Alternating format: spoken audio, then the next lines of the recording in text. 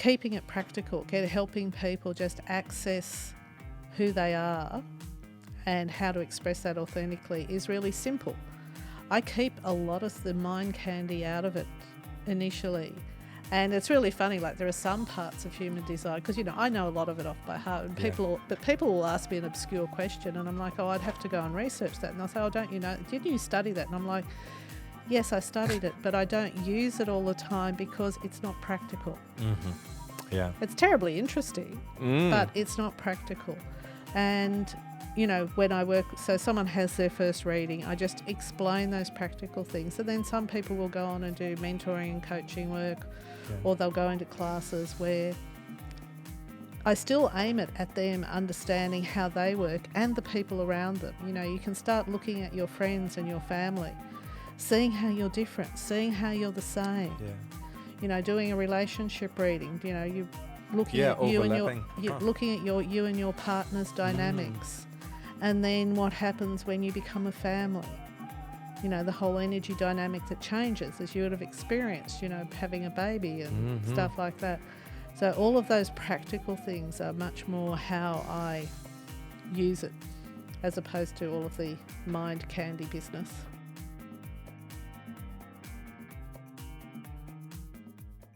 So welcome on the show, Glenda. So cool to have you here, because human design is something that has intrigued me certainly for many years, and many of my friends have either introduced me to it or introduced them, and I found it's an amazing, amazing tool to understand oneself better, yeah? Oh, absolutely. Thank you for the welcome, Sebastian. I got from our phone conversation the other day that you were very keen on human design. It's obviously really benefited you in your life. Yeah, over years. Yeah, definitely. Yes, all good. And but if you would describe in a few sentences what human design actually really is, how would you describe it? Do you want the nuts and bolts, like what it comes from, the esoteric side of it, or do you want the benefits? I can do both. Let's do both. I love both, yeah. Okay, well, the foundation is a combination of several esoteric type technologies. There's the I Ching, the ancient Chinese I Ching, the Book of Wisdom. There's chakras from the Hindu system. There's the Kabbalah, the Tree of Life. There's astrology.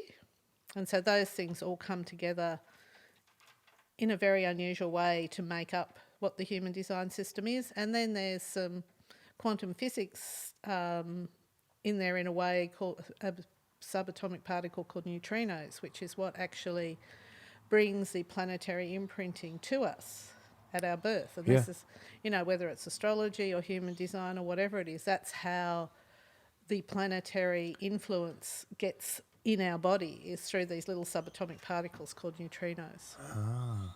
Wow, that's amazing. That's fantastic. So was it actually a conscious thing that happened that it was all brought together, or is there another story to it? No, there's a very big story to that one. Ra, the founder, was living in Ibiza and had this mystical experience. So he said, like, everyone thinks mystical experiences are going to be all, harps and flowers and pretty music, and it was really quite traumatic. Wow. Where for 7, he came home one night and there was a light in the ruina that he was living in. Yeah. And there was no electricity, and he was like, oh, this is a bit strange. Yeah. And he went inside and there was this energy there that took over him, knocked his dog out. He thought his dog had died, and took over Ra's being in a way and downloaded this information for 7 days straight. And he received everything in that particular time. It coincided with a astronomical event called Supernova 1987A, and there was also the harmonic convergence. It was in 1987. So there was a very big planetary events going on at the time, and that's where the information came from. And Ra heard this, he called it the voice, Yeah. And this being gave him all this information, and then after the 7 days it left again. And he wandered around thinking he'd gone completely bonkers for a while because he wouldn't you? Yeah. Yeah, it was a very confronting experience for him on many levels, because it was actually physically painful. A lot of stuff happened during it. There's a documentary on that if people are interested. I've seen it on YouTube even, right? Yeah. And then he kept feeling this pressure. He tried to ignore the information. He wasn't even interested in astrology. He was very anti all of that sort of stuff. Okay. And then he just kept feeling this pressure. So he worked out how to put the charts together and how it all worked together, and started doing some research and started sharing it with people. And all of a sudden people were, really getting it and finding it really helpful. And so he just started spreading the knowledge and, lived around the world, a couple of different places, and So you were actually one of the first ones to bring this to Australia, if I'm not correct? Yes, I was. I did bring it to Australia. Yeah. How did you get exposed to it? Well, it was over 20 years ago now. And, I've worked in the healing industry for a long time as a therapist. I've trained in many things. And one of my friends came back from the UK, and she was raving about this stuff that her brother was into. And, and she said it was a combination of this and that. And I'd seen just about all of these things, and I was a little bit jaded. But also it was very interesting because I'd had a dream in 1987 when Ra received the information. I'd actually dreamed the body graph and the mandala and all of this stuff. And I had spent many years learning astrology and all of these other things to try and work out how to put it together. And he had done it. Well, because the voice gave him the information, he could put it together. When you understand the mathematics behind this, there's no way my head could have ever put that together. No mathematical genius going on in here. Yeah. And I was a bit jaded. This friend said, "Oh no, I'll show you this chart." Yeah. And I was like, "Oh, okay, whatever." And she showed it to him. I'm going, "Oh my God, that's it." Yeah. And she just was like, "What do you mean?" And then I told her the story, and she put me in contact with a guy in the UK. I had my first reading with him. I was mentoring someone who I thought would like it. She'd just come back from Hawaii. I showed her the chart and she was like, "Oh, I had a reading done in Hawaii." Yeah, wow. And so we got together and we did one of the very first online classes with a guy in New York. It was online classes back then was really, really unusual. And to the point, I had to get one of my friend's daughters to set up the computer system to do it because we were just like, how do you do this? And we did that class and it was like, oh my God, this is amazing. Yeah. And then at that stage, Ra had a very close friend who's now passed on called Ed Stanton, and he was very steeped in human design with Ra, and he came out to Australia and stayed with me for a month and taught Virginia and I. Ah, fantastic. And then we bought the license for Australia and produced books and taught classes and Oh, wow. did all sorts of stuff for several years. So Yeah, very cool. Yeah. So when you look at it, like what are the fundamental, what does this chart give someone? Like what would be the fundamental things that come out of it when they get a reading? Well, there's two really important things. One is your type. There's 4 different types. Yeah. And each type has a specific way of entering into things in their life, of being able to go through life with less resistance. Yes. And I relate to that a lot. Yeah. Yes. Yeah. And so each type has its own particular strategy. And so that's terribly important. And also, we all have what's called an inner authority. And it's about how we make decisions, not with our mind, but with some part of our body. Some people have emotional inner authority. Some people have an intuitive inner authority. Some people have a compass-like inner authority. It's very different. There's about 11 different inner authorities. Yeah, right. And they're the 2 most important things. Like, human design has an immense depth and all sorts of amazing, wonderful things in it, and a heap of mind candy. Mind candy, that's right. Actually, look at that. I wrote it down, mind candy. I wanted to talk about that as well later. It is. It's the most wonderful mind candy. However, it has this beautiful practical side to it. And I'm a very practical person. And being able to help people understand how to go through life and find find the life that's correct for them. A lot of people are trying to live lives that aren't theirs. You know, they live through their conditioning. When you look at the chart, you know, if you have a chart on the website, when you have this, you can see where you're coloured in your chart is your life force. It's what you're here to navigate life with. Anywhere that's white in the class is what you're here to become wise about. Not white in the class, white in the body graph in the chart. Yeah. Sorry, white in the chart. It's what you're here to be wise about, but you get conditioned through there, and that conditioning can take you away from what's your truth. It takes you away from your trajectory. Yeah. Yeah, it was hugely. And I think when I found out that I'm a particular type, so I'm a hermit opportunist, and the quality of a hermit, beside others, is that, you know, you like to be on your own. You get actually energy by being yourself, and you know, you like to ponder over things. And when I learned that, it gave me permission to be that more and feel not bad that I don't want to go out on a Saturday night every week, one after one. And the opportunist part then was one where, as far as I understand it, is I live through my network, which means like I know someone who can help me because there's a friend or a friend of a friend or so on. Whereas if I would call someone out of the blue and say, hey, would you be interested? Like for these podcasts, I know that, so I won't just call anyone out of the blue. Whereas we have people on the team that can do that. They have the energy to actually engage with completely new people. But I don't, and therefore I don't blame myself that people always react when they don't know me.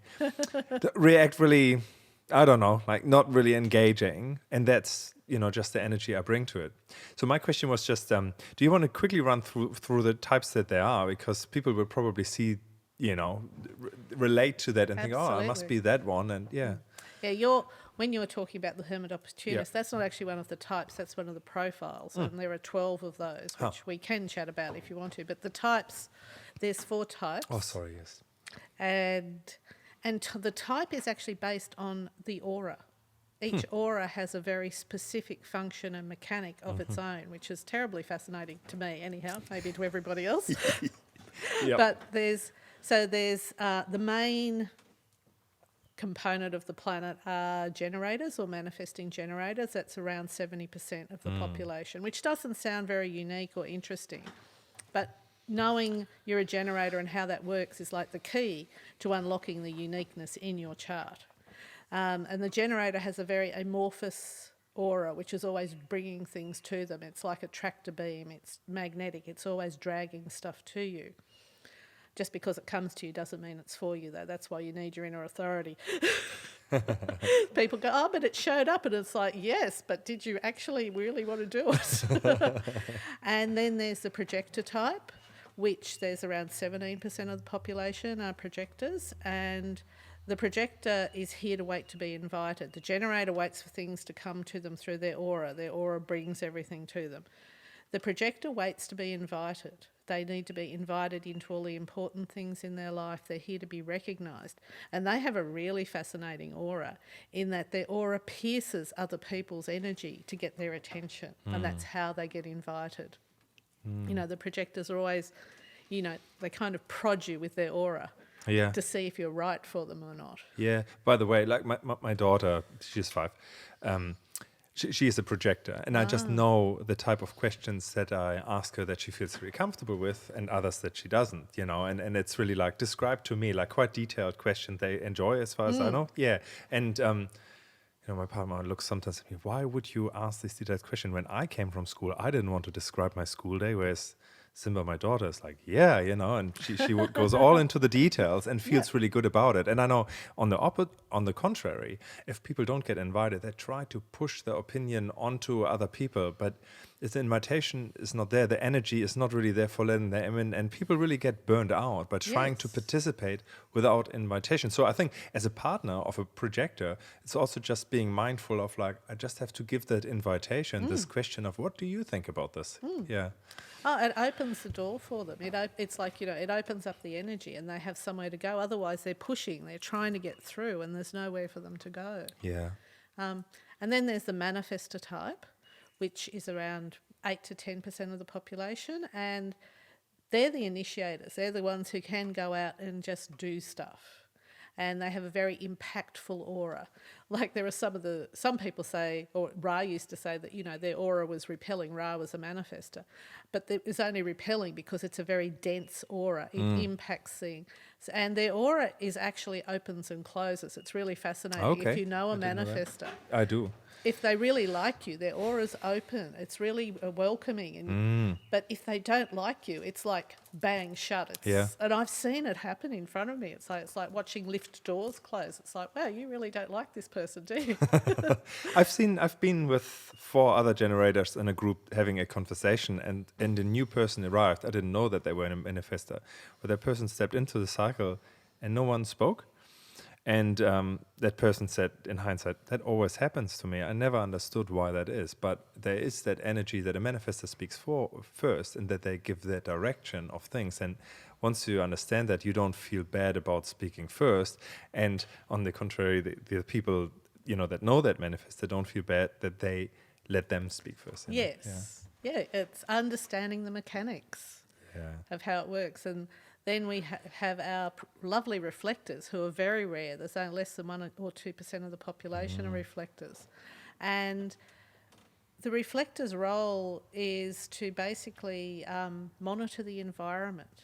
They're like the canary in the coal mine. If the projector in the room is wilting, the environment's not very good. If the reflector's happy and bouncing around, the environment's great. Wow. They have it because the reflector has no coloured in centres. They're very open, and their aura is a protection mechanism for them. Their aura is like Teflon. So not everyone accesses the reflector either. They can feel a bit invisible. But the 4 types all work together too. It's ideally, in an ideal world, one day we'll have one of those. Okay. We have the manifestor comes along and impacts things. It cracks things open. It starts stuff. It initiates the energy. And then the generator energy comes along, and it's a very creative and building energy, the generator's energy. So they're building and creating. And you would have a projector nearby, hopefully, who's guiding the generator's energy. Projectors are really brilliant for guiding energy. So they're wonderful coaches and foremen and mentors and things like that. So they're here to guide that energy. Wow. And you would have a reflector sitting in the corner just monitoring the energy, basically. You're just keeping an eye on them and say, oh, no, they're happy, the energy's good. Yeah, right. And that's how the 4 types are to work together. But we don't live in a world like that yet. Yes. We're working towards it, though. It's a very interesting system, and it sounds like the humanity is designed. You have all the statistics, as you said. You have 70% who are generators who respond to what manifestors say, and then you have guides that are 10%. Did you say 17 that guide sort of go more into depth, and then you have the canary in the coal mine there as well that give you a little bit of information there. It's amazing. Whoever came up with that, or wherever the system comes from, it's extremely insightful. And that's just to add complexity. Now you have in each of those 4, they're always 2 out of 16. Did you say 16 profiles? Yes, there's 16 profiles. Wow. No, sorry, 12 profiles. Yes. 12 profiles. So, from You're misleading me. I'm very easily misled. What are you, by the way? Me, I'm a generator. Yes. What's called a splenic generator. So I have a sacral yes or no, and I have a very strong intuition. I have a very strong intuitive knowing. I'm a 1-3 profile, so I love to investigate things. I'm very happy in my own little bubble studying things. And I'm what's called the third line part of it is I learn through trial and error. Things just bump into me. I never know what's going to happen in my life next. Yes. So do you want to just run us through the 12 different types? I think it would be interesting profiles. Yeah. Okay. So there's the 1-3, which is all about, investigating and trial and error. The 1-3 is an expert at what works and what does not work. And some people don't like us because they see it as being negative. When you say, oh no, I've tried that, it doesn't work. Where it's not actually negative, it's realistic. The third line's very realistic. It either works or it doesn't work. Yeah. Then we have the 2-4, which is what you are.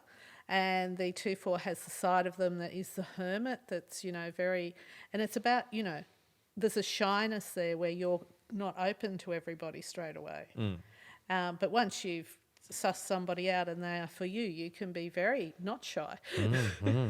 And the fourth line is all about opportunities coming through your networks and your friends and your connections. And, I always say to people who are the fourth line, beware of strangers bearing gifts. They are not for you. No matter how good the gift is, if they are a stranger, if they don't come through any of your networks or acquaintances, say no. Okay, so do I have to get to know them slowly? No, if they're a stranger, they need to be brought to you by somebody you know. Wow. Yeah, I totally buy into that. I've seen it so many times, working and failing because of that. Yeah, I wish it would be different sometimes. Never mind. I am what I am. Yeah. Yeah. If your aura works correctly, you bring the right people to you. Yeah. So far, so good. Most of us, our auras, I say your aura or your frequency's been dumbed down because you're making decisions with your mind. You're trying to live a life that you've been conditioned to live. Whereas once you start using your inner authority and your design, your frequency wakes up and your aura wakes up and things just really start to come that are meant for you. Yeah. So yeah. So we've got there's the 2-4. There's a 1-4, which is a investigator who is also a networker. So those researchers work at universities. Yes. Yep. Or they're really great naturopaths. I know a few 1-4 naturopaths. Wow. Yeah. The 2-5 is all about being a hermit, but they're an interesting one. They've got that hermit side to them, but the 5th line likes to get out there in the world. And so they have a real dichotomy between I want to be in my turret and not talk to anybody, thank you very much, but I have this gift to share. So they step out and share that. And 5th lines are really brilliant at marketing. They love to have something to universalise to people. They love to have things to tell. If you're putting together a marketing department, make sure you have 5th line people in it. Okay, I'll keep that in mind. Check everybody's charts. And there's the 3-5, which is, we call them the archetypal black sheep. The 3-5 is a hard profile because they're learning everything through trial and error, and they're being projected onto with their 5th line that they're supposed to be perfect, and they're not. They have a lot of trouble fitting into society, but they are here. They bring us a real gift in that they have the message of how life really works. And anyone with a 3rd line profile is here to master the material way. They're here to really understand how money works. They understand the material world better than anybody else.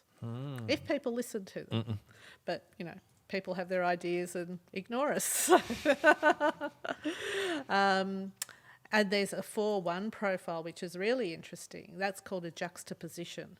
Juxtaposition, where they're very fixed. Anyone with a 4-1 profile has a very fixed trajectory in their life. They're not open to being influenced. They're really here to just do that one thing that they are doing. And they love to investigate, and they have their opportunity. They have their networks and their friends, but they have this very fixed trajectory in life, and you can't push them off it. They're going their own way. I'm trying to remember which ones I'm up 7? to. No, 7. What do you mean? There's no 7? No. Okay.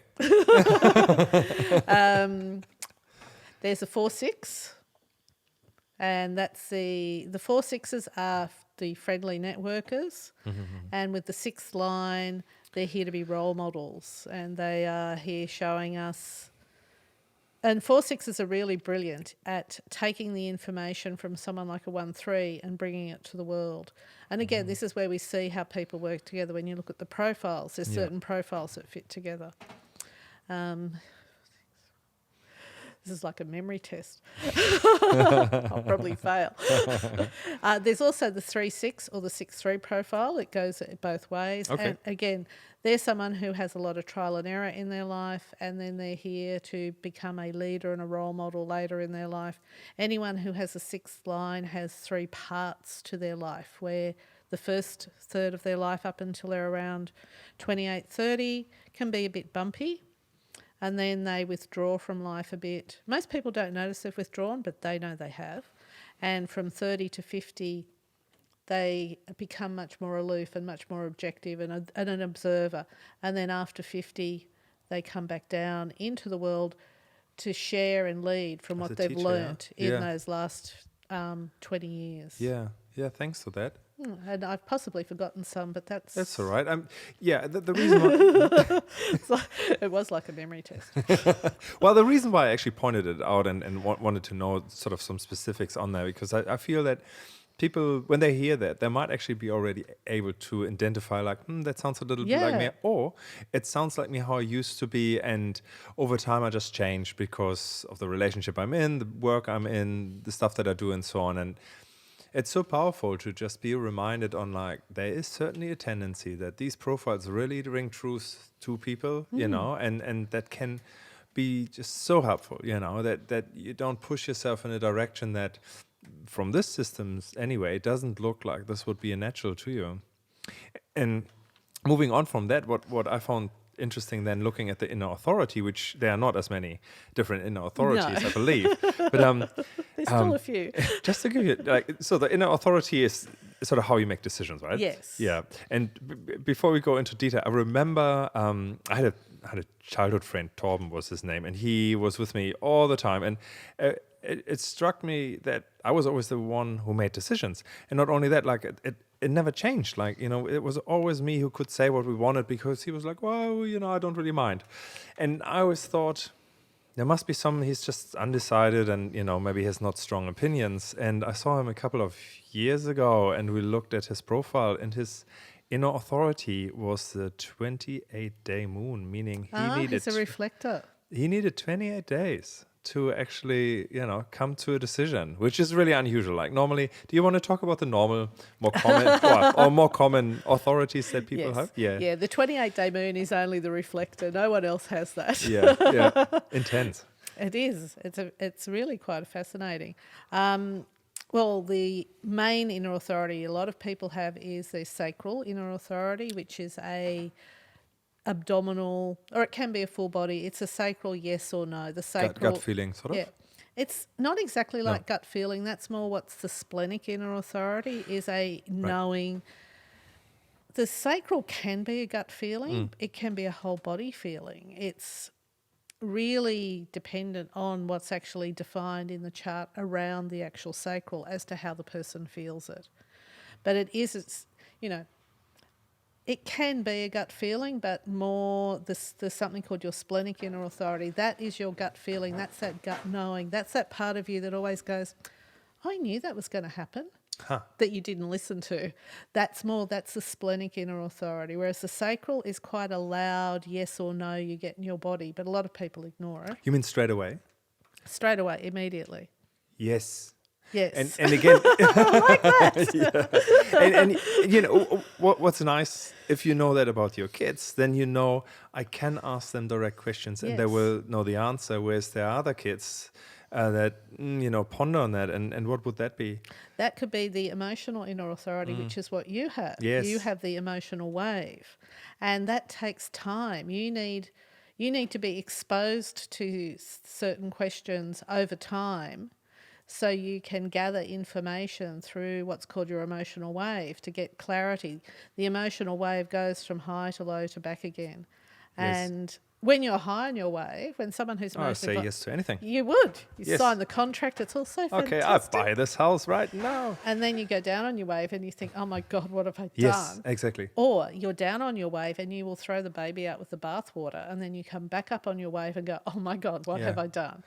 So you must wait for that clarity. When I learned about that wave, it opened doors really, and it prevented me from making hasty decisions. So I gave myself to one, like, you know, so when I go into a shop and people say, do you want or don't you, do you want to buy now? I'm so flustered that I, you know, don't anymore. But, you know, I used to just buy. And that's because I felt I'm probably meant to. But what it really is like there's a wave, and it's it took me a while not to get depressed about like, I had a yes and now suddenly I changed my mind, don't I know what I want? And when someone explained this really to me and said like, there will be a high, that's just normal. And then there will be a low, that's normal. Mm-hmm. And then after that low is over, just wait. And you can literally just feel it. It goes away. And then there's a clarity of what I want, whether it's still a no. So actually, the pressure's gone and there is an answer. And that sounds, I mean, all of this is super esoteric, but it doesn't matter. Like I can just say like, definitely work for me. And it depends on how big the question is. And thinking about, buying a house, it took me 12 months. Not the same house, but the whole decision and knowing the yeses and noes that I want to settle for is great. And knowing the system just means like, I don't have to know tomorrow. No, not me. Yeah. And with the emotional wave, there's so much judgment in our society about emotions. And someone like you will have emotional highs, you will have emotional lows. And there's nothing wrong with any of them. And if you suppress them, you suppress your decision making, you can make yourself sick. And I've seen so many people that I've worked with just be set free just by knowing that it's okay for them to have the emotions that they have, because we get so judged. It's like, oh, you're angry or you're this or you're that. And if you have an emotional wave, that's perfectly normal and natural for you.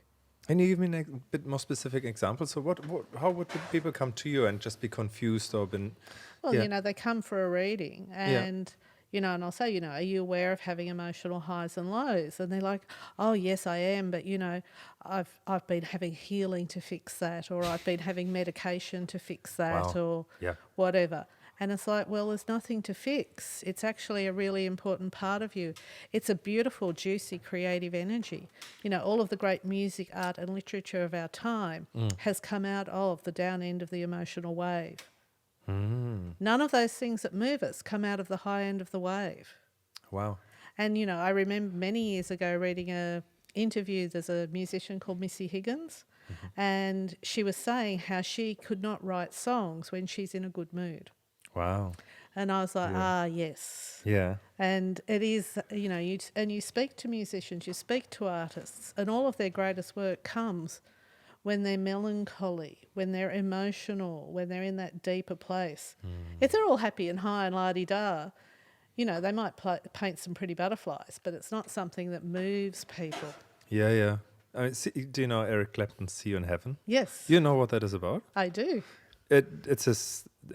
How old was his son? I think he was 2 or 3. Falling off the balcony. They fell out the window. Oh, window, right. Yeah. Awful thing. Yeah. Beautiful song. It's a very deep song, and I'm actually not emotionally defined. I don't have an emotional wave, but I still can't listen to that song sometimes because it's just so like, oh my goodness. And and I grew up with Eric Clapton's music, so it has a very strong effect on me. Yeah. And I found it fascinating. Sometimes people reference who is who in, like the Mick Jagger sings, I can't get satisfaction. That goes really deep into his chart, but he basically has a chart, I believe, that can't give. He doesn't have the channel that is called the satisfactory channel. Well, he didn't write it. Oh, okay, I didn't know that. Take everything back that I just said. Yeah, I'm a little bit into music. Oh, okay. Yeah, no, Keith Richards wrote the song, and he's a manifesting generator. Besides being a complete freak, but no, Mick is a projector. Yes, and he's a very, very interesting projector in that there are some ways he lives what his design is and really does wait for the recognition, but there are other times where, you can see how pumped up on everyone's energy he gets and how he jumps around, and that's not particularly projectorish. But, he had a great invitation into that band, and look what they've done. What do you mean by invitation? Well, he was invited to be part of the band. Yeah, but by them. So it wasn't him starting it. I can't remember who did which. There are some parts of my memory that don't work that well on those things. But, the history there as to how it started. And fascinating, huh? Yeah. Must be so interesting to see the whole world through this, I guess, system and way to explain it all. And in one side, like, you definitely have a lot of hindsight that suddenly decisions of people make.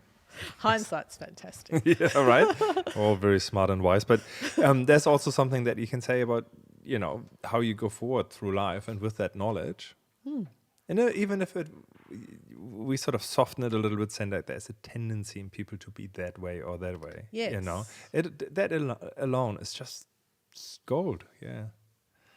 Yeah. So, what are the other sort of the other details that you could get out of a reading?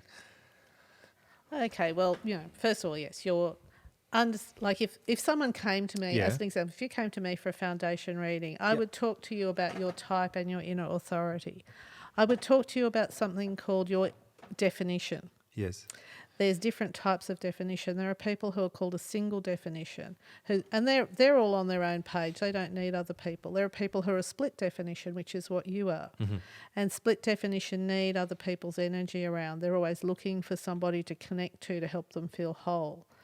There's a triple split definition, which is what I am, which I need my energy to always be moving. I don't like to be stuck in the one place. I need to be moving through energy. And then there's the quadruple split, which is a bit like that as well, which needs to be moving through energy. And then there's the no definition reflectors, who are at one with the moon.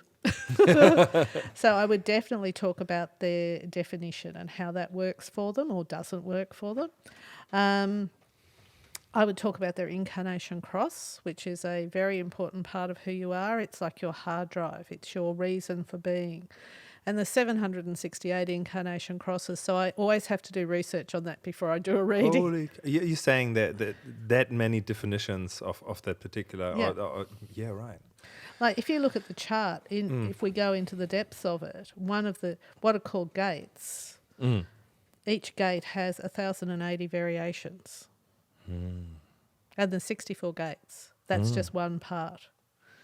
Yeah. Wow, yeah, it can become really mind candy, going down that rabbit hole. Absolutely, but we don't do that in the.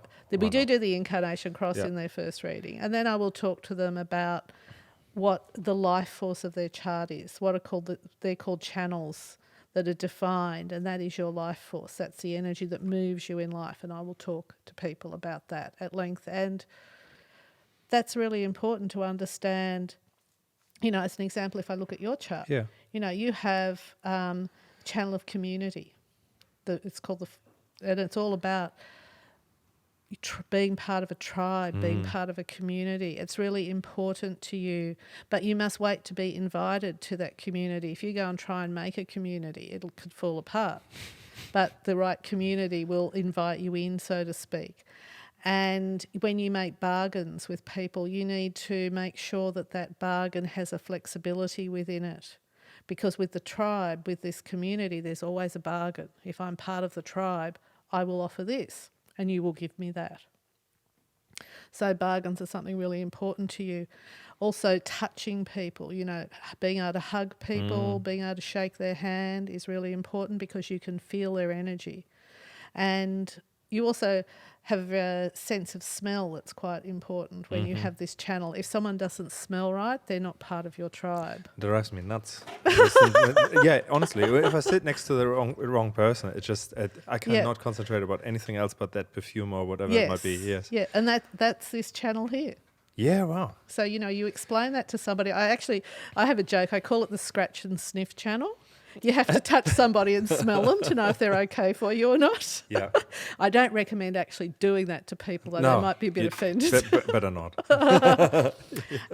You have a channel here it's the channel of intimacy and channel of creativity. So you have a very strong creative energy. You love to express that in many ways, and that can be making babies or that can be making projects like your business here. Yeah, 20 per day.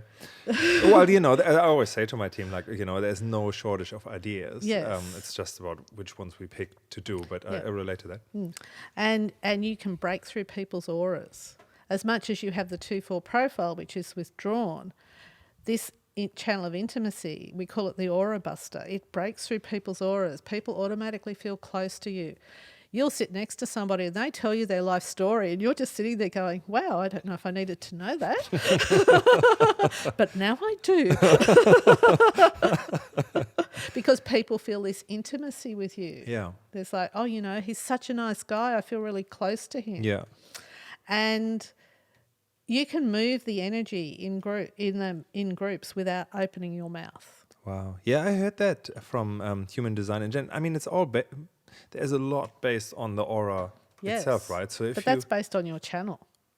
is that part of the aura, would you say, or is channel just within the body? How Both. Both. Like your life force, your channels create the energy of your aura. And that's what that's what I say when I say some people's auras, I find them dumbed down because they're not living their design. So their aura's not working. It's not communicating who they are. Whereas when you're following your strategy and your inner authority, the life force of your defined channels is speaking through your aura. It's not dumbed down. Everybody can hear it and feel it, in your case, when that's that tribal.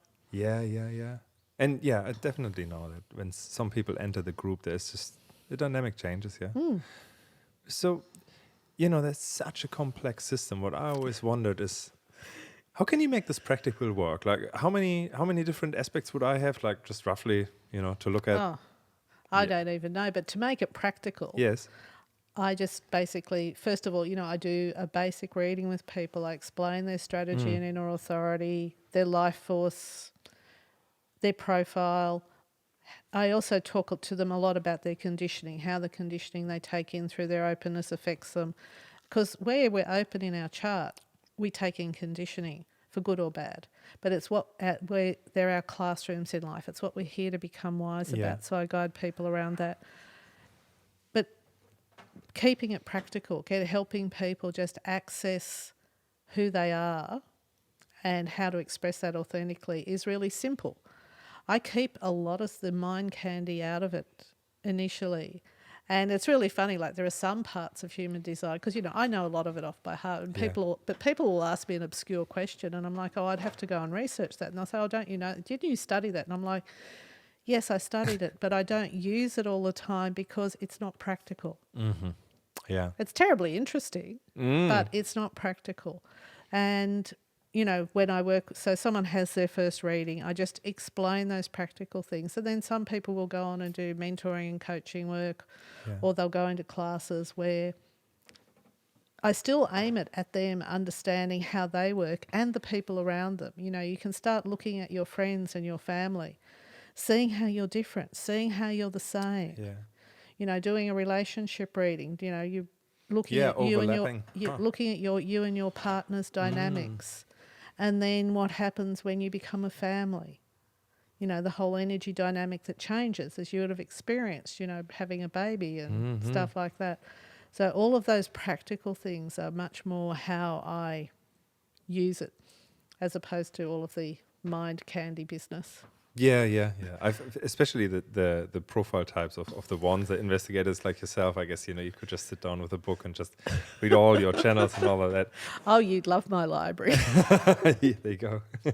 But I guess for people who have, let's just talk about the channel that you were talking about, like the tribal one. So if I would say, I don't know why, but I always need to be with people, you would be able to explain that to me, right? You would go there. Yeah, you're always looking to be with people. You don't. And this is what can happen with some people with this channel is if they don't understand their design, they try and force themselves into groups and communities because they have that need. But they end up in the wrong groups and the wrong communities, and then they feel bitter and twisted about it. Wow. Yeah. So you're a bit of a guide there, really, right? Like. Absolutely. Yeah. It is. It's about guiding people. It's not like, people go and have astrology readings or psychic readings and they're looking for answers. And human design can give you some answers, and there are some transits and things that we look at, but human design's about you connecting to yourself and finding your own answers. Yeah. It's about you being your own authority, not somebody outside of you. Yeah. And really guiding people into that level of autonomy is what I really love doing, is being able to empower people that they know what's right for them. And that's okay for them to do that. It's funny, like the inner authority and the mind are often at odds, but I say to people, it's like your inner authority decides to have a party, and then your mind can be the party planner. Great, they work together. Yes, it's about putting the mind into the correct context. Right. Yeah. Yeah, so I can hear your mind from here, Sebastian. So it is really a troubleshooting tool as well as just understanding where you exactly, where you at and how you function really, hey? And what do you find, like when you talk to people, do you find it easier with sort of younger people that might not know themselves so well, but then also haven't conditioned themselves, or more the older ones that have maybe more conditioning, but then they know themselves better? Not necessarily. It's no trend there. No trend there. It is very individual. It's some young people are very conditioned to be on a certain path and they're not open to something like this. Older people can be exactly the same. It's not really generational. And I love working with young people with this and give them guidance early on, hey? Absolutely. It's really fantastic watching these young people who are growing up, knowing their designs and how they express that in the world and seeing them doing exactly who they are and being okay with that and being comfortable with that. I've had, some young people I'm very close to since they were babies and watching them become successful young adults, but still watching them stick to their designs and how, people put the pressure on them to, well, you should be doing this or you should be doing that. They're just like, no, because we've raised them to be like, no, we know what's right for us and that's okay. Yeah. And as for the adults, that's a bit of we all take time to decondition too. It doesn't matter. Unless if you've grown up with human design, it's a lot easier. And the young people I'm thinking about, that I'm talking about, they've grown up with it. They've kind of, we've had their chart from the moment they've popped out. I know. Yeah. I would be one of those parents. Yeah. It's fantastic. Having accurate time of birth is so important. And I'll just mention that on the podcast. If you can actually have your clock set to the atomic clock, which you can find on the internet, that gives you the most accurate time of birth possible. I see. And if you want to go into the real depths of human design, you need that. Going a little bit into depth. So Here we go. the underlying fabric of this all is something called what's this really fine particle called? Oh, neutrinos. Neutrinos. Yes. I have seen a few theories talking about, what gravity is, and that's actually a particular flow of things, and that comes from certain things. And there's so much to it for when you talk about really small particles. Neutrinos sounds to me like this is something that would affect someone. That is the same that does the horoscope for us? Yes. And so is that a tide? Is that like when I'm born right then, the tide was that, therefore my design is sort of tweaked that way. And if you think about an equalizer, if you're born at this moment, the bass is up, the tones are down. And then, if you're born a day later, that equalizer changed, and therefore what comes out, our design, our, what we appear to be, would then change. Is that sort of how it works? It can be. And that change can be quite fast. I did a reading for identical twins this week. Right. And they had very different charts. They were born 6 minutes apart. And they were different types. Wow. Which is really, that doesn't happen all the time. Because I thought it was the moon that moves and the rest doesn't move fast. No, has nothing to do with that. Oh, no. But no, the moon does move fast and the others don't. But still, that change can kick over in a minute's difference. Wow. And these two identical looking twins have very different lives. And they were very curious. They were saying, we were interested what I would pick up because astrology shows them as being very much the same. And I was like, well, no, you're not, because you are actually different types. They had the same inner authority, but they were different types. So one was a generator and one was a projector. Yeah. Well, that explains quite a bit, because people would argue that, the horoscope doesn't really work because obviously they are so different, or, you never know what you get and so on. But I think human design brings quite a bit of certainty to that, huh? Well, because of the practical nature, like with astrology, like I'm trained as an astrologer before human design. Okay. And old school astrology is a little bit more like human design, Whereas there are so many different schools of astrology nowadays, there's so many esoteric things added to it, there's so many different interpretations, there's so many different planetary bodies being brought in. It can get quite confusing. But if you do stick to the really old school type of astrology that, famous people used, like J.P. Morgan, who started J.P. Morgan Bank, everyone will know who that is. He used astrology for all of his decisions, but old school astrology, not the modern type. And he was going to go on the Titanic, and his astrologer told him not to. Wow. Because his astrologer could see that there was going to be an unpleasant event. I don't think the astrologer saw an iceberg. Yeah. So better not. Yes. Yeah.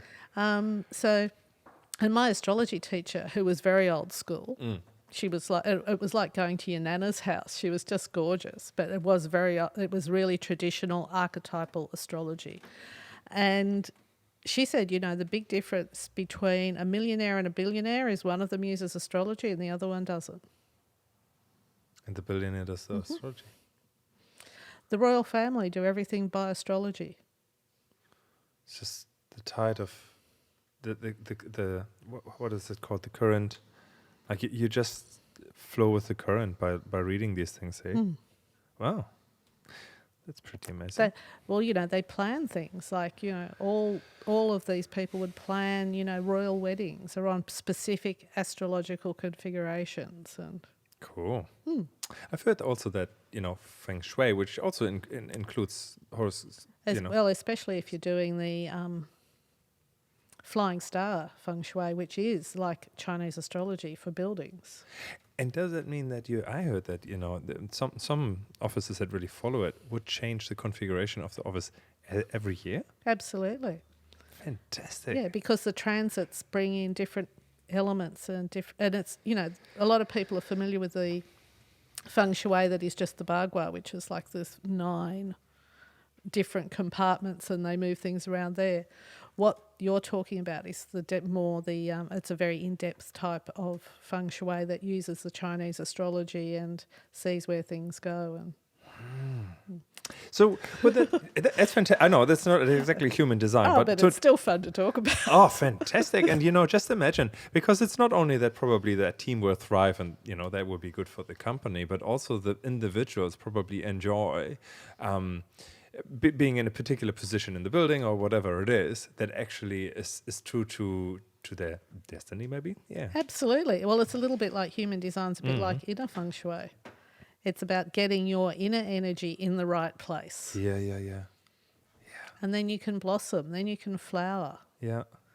We live in a world where we're all kind of channeled into being particular types of beings, and we have to jump through particular types of hoops. And when we strip it back to being who we are individually, a lot of that goes. I guess we just have to have a human design reading once a year and sort of plan the year by that, right? You can have every year you can have a solar return reading, which is when the sun comes back to where it was at your birth. That sets up an energy for the next year's cycle. So that would be on my birthday? Yes. That's correct. very good. And you can have what's called, there's a Saturn Return reading. I think you're a bit past that now. That's what you have when you're around 28, 29, when Saturn comes back to where it was at your birth. And that's a very big, significant change for a lot of people.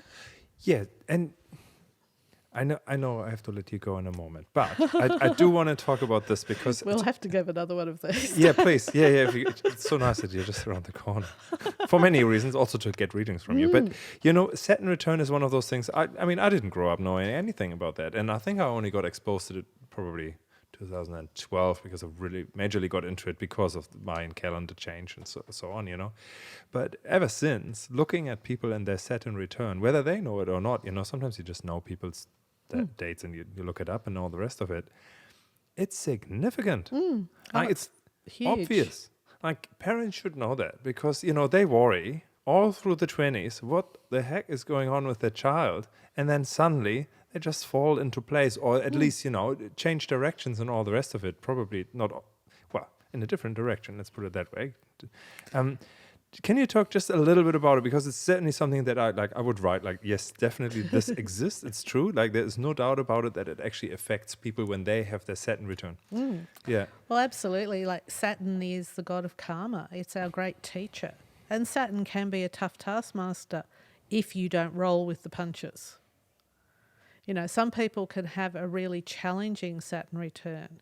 They're those people you see who have that crisis in their late 20s and, you know, they find it really bumpy and really rocky because they resist the change. Yeah. I went with my Saturn return was really quite tumultuous, but I changed my whole life in 2 weeks. Wow. Because I knew what was going on.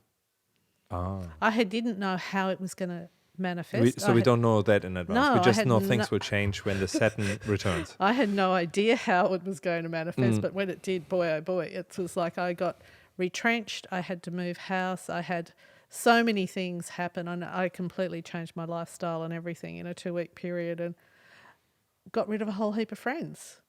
Yeah. It's a very, very busy time. But that Saturn return, it's our first step towards adulthood. In human design, you're not an adult till you're 41, till you're what's called your Uranus opposition. Fantastic. But Saturn is our teacher. And if we ignore Saturn's lessons, we get a second Saturn return in our late 50s where it'll be a lot harder. So go with the first one. Get your lessons in the first one. And it really can shatter people though, because Saturn has teeth.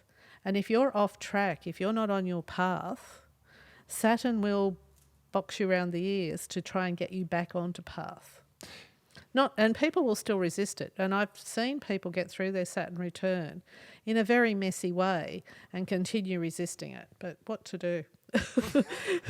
Hey, so from a neutrino point of view. Yes, you like neutrinos. Well, I just like to get it back to actually like what's the underlying principles here that are actually more or less physical, which is something that I believe is missing at the moment to make it palatable to some people that just like the less esoteric talk and more like, so what's really real? And what I think is beautiful, the time we're in, is we can almost measure these really subtle energies nowadays, not only like by people who have crazy equipment and have no titles in their name at all, which makes it not really easy to believe them. Not that they're not right. You know, they're amazing people. What's his name? Wilhelm Reich? Can't remember. But there's some people that made amazing machines, but that didn't have the authority to really put that out there. Whereas nowadays, the quantum physicists they can see that, like, yes, you can affect matter by your thought. You know, previously people would just say, yeah, whatever, you know, like you can't bend this, whatever, you know. And nowadays it's like, yeah, we can measure this. We can even show you in a picture, and that's why I would like to go there,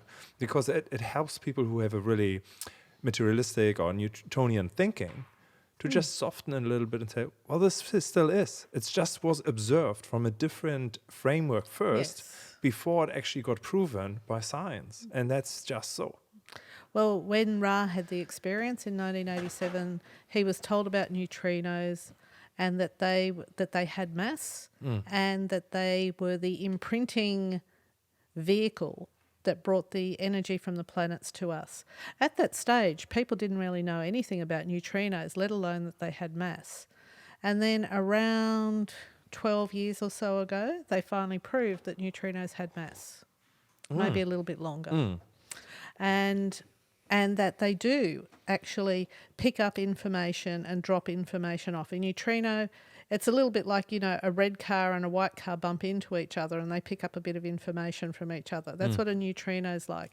The Sun and Jupiter produce most of the neutrinos that come to our planet, and they imprint through the other planets. But there's been telecommunication companies are experimenting with neutrinos because they know that they are communication devices and they are trying to work out how to use them for mobile phone signals and things like that. They still haven't worked out how to do it because it's a bit inconsistent, but that is the same thing that imprints the planetary information into our bodies, into our cellular memory. I've heard about something that happened in Paris in the 1900s. Someone created something like a cell phone to Russia, I think, and they demonstrated it at the World Exhibition there in Paris, I believe. And I was wondering, it wasn't Tesla. I can't remember who it was. I just picked it up somewhere, you know, so don't even have a reference, but I remember thinking about that, and that sounds a bit like what you're saying, through the ether, something that is really unexplored. And neutrinos have always been there. We have only just discovered them. Humans are very funny. They think that, because they can't see it, it doesn't exist, or that they don't know about it, it doesn't exist. Oh, I don't blame me.